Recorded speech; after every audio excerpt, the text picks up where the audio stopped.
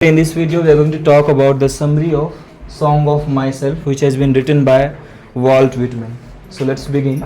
Song of Myself is a poem composed by Walt Whitman. So सबसे पहला line जो हमारा है कि Song of Myself जो है वो एक पोएम है जो कि कंपोज किया गया है, जिसकी रचना की गई है वॉल्ट विटमैन के द्वारा.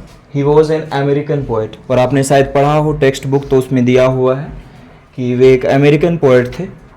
हालांकि आप चाहें तो यहाँ पर उनका डेट ऑफ बर्थ और डेट ऑफ डेथ भी मेंशन कर सकते हैं, जो शायद 1892 इनकी डेथ रही है और इनका जो बर्थ है शायद 1819. इन द पोएम, इस कविता में, he talks about the feeling of brotherhood.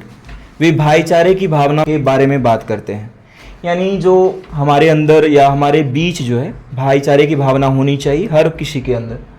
He tells us that, हमें वे बताते हैं, we all are the same, कि हम सभी एक जैसे हैं, हम सभी एक हैं. He is also known as the people's poet. और यही कारण है कि वे पीपल्स पोएट के तौर पर भी जाने जाते हैं. ये इंट्रोडक्शन था. देन हम मेन पार्ट जो हमारा समरी का होगा. The poem starts with the description. कविता की जो शुरुआत होती है वो इस डिस्क्रिप्शन के साथ होती है, जो कि स्पीकर अपने खुद के बारे में बताते हैं, वो अपने बारे में बताते हैं. वे कहते हैं, he tells us that he is lost in himself, कि वे अपने आप में खोए हुए हैं. जैसा कि याद होगा आपको कि बहुत ही पहला लाइन है कि I celebrate my self and Singh my self, कि मैं खुद ही सेलिब्रेट करता हूँ, मुझे किसी और की टुगेदरनेस, किसी और के साथ की ज़रूरत नहीं है, मैं खुद में ही गाता हूँ, मुस्कुराता हूँ. मतलब वो उनका जो हैप्पीनेस है वो किसी और पर डिपेंड नहीं करता. और ये सबसे बेस्ट चीज़ होती है, क्योंकि हम जब भी किसी और पर डिपेंड होते हैं देन फिर वहाँ पर हम दुखी होना शुरू हो जाते हैं. He also says that we all have the same body and blood.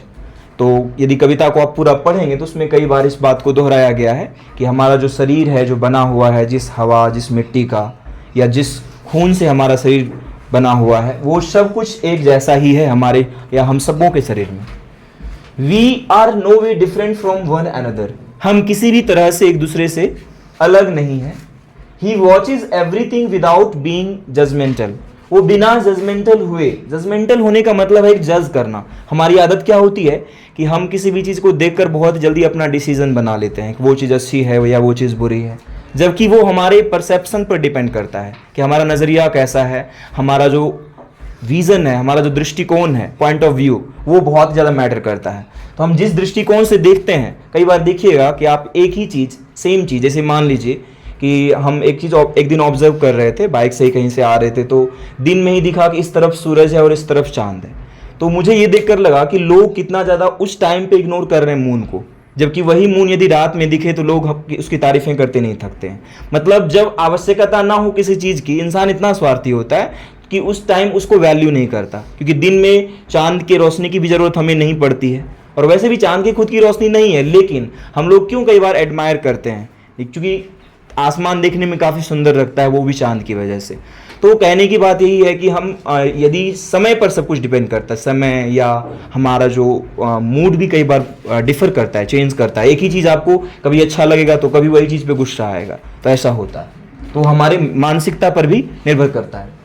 He finds that nature is the ultimate और endless source of joy and happiness. दोनों एक ही वर्ड है कि खुशी का जो है अनंत स्रोत है.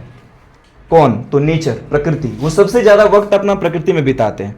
और ये बात बिल्कुल सही है कि आप यदि बिना अफेक्ट हुए, बिना प्रभावित हुए खुशहाली या खुशी चाहते हैं तो वो उसके लिए नेचर से अच्छी जगह कोई हो ही नहीं सकती है. He welcomes everything whether it is good और बैड. चाहे वो अच्छा हो या बुरा, कुछ भी हो, वो सबका स्वागत करते हैं. मतलब हर चीज़ को वो एक्सेप्ट करते हैं, स्वीकार करते हैं. ऐसा नहीं कि वो बस अच्छे के लिए अपने आप को तैयार रखते हैं, बुरा आया तो उससे भागना. और हमारी मानसिकता अक्सर यही होती है. We all know that everyone has to face means यहाँ सामना करना, कि हम सभी जानते हैं कि हर किसी को सामना करना पड़ता है ups and downs in his life, अपने जीवन में उतार चढ़ाव का, दुख सुख का. The life is not a bed of roses. यानी जीवन कोई आरामदायक चीज़ नहीं है, ना ही आरामदायक जगह है. यानी ये दुनिया ही एक तरह से आरामदायक जगह नहीं है, तो हम एक आरामदायक जीवन की उम्मीद कैसे कर सकते हैं. सो इसीलिए we all should accept both joy and sorrow.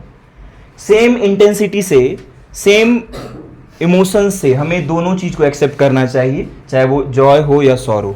जो ऐसा बन जाता है ना, कई बार देखिएगा बहुत जगह जो नीति की बातें होती है या भागवत गीता वगैरह भी पढ़िएगा तो वहाँ पर एक ही बात होती है कि जो बुद्धिमान व्यक्ति होता है, बुद्धिमान कहने का मतलब ये नहीं कि जिसको मैथ सॉल्व करना आता है या जो बहुत अच्छी अंग्रेजी बोल लेता है, ऐसा नहीं। बुद्धिमान का मतलब जो दुनिया को समझता है या लोगों को जो समझता है। लोगों को समझने का मतलब या दुनिया को समझने का मतलब ये है कि हम किसी चीज़ से अफेक्टेड नहीं होते हैं।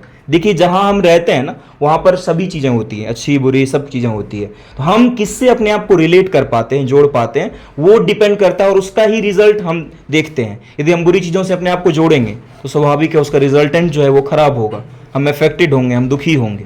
और यदि हम अच्छी चीज़ों से अपने आप को जोड़ें तो वही चीज़ आपके लिए हैप्पीनेस लाएगी। तो ओवरऑल ये पोएम काफ़ी ज़्यादा आपकी लाइफ को एक सबक दे सकता है, लेसन दे सकता है तो यूँ तो सॉन्ग ऑफ माई सेल्फ, लेकिन देखा जाए तो ये सॉन्ग सबके लिए है। हम अपने जीवन में इससे बहुत कुछ सीख ले सकते हैं और ऐसी कविताएं दी ही जाती है ताकि आप उससे कुछ सीख सकें और अपने जीवन में उसको उतार सकें और एक्सेप्ट करें, इन चीज़ों को जानें, दुनिया क्या है, किस तरह से है, द वे ऑफ लाइफ क्या होता है, जीने का तरीका क्या होता है, किस तरह से हमें रहना चाहिए। That's it, thanks for watching.